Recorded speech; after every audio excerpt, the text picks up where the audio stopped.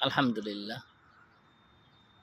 এখন তো একটু পানি কমে আসছে। আজকে ৩ দিন ধরে আমি তো বাসায় ঢুকতে পারতেছি না। প্রচুর পানি। এখানে হাঁটুর উপরে উঠছে পানি। হাঁটে যাওয়ার মতন কোনো কায়দা নেই। ৩ টা রাস্তা এদিক দিয়ে বন্ধ হয়ে গেছে। ৩ টা রাস্তা বন্ধ।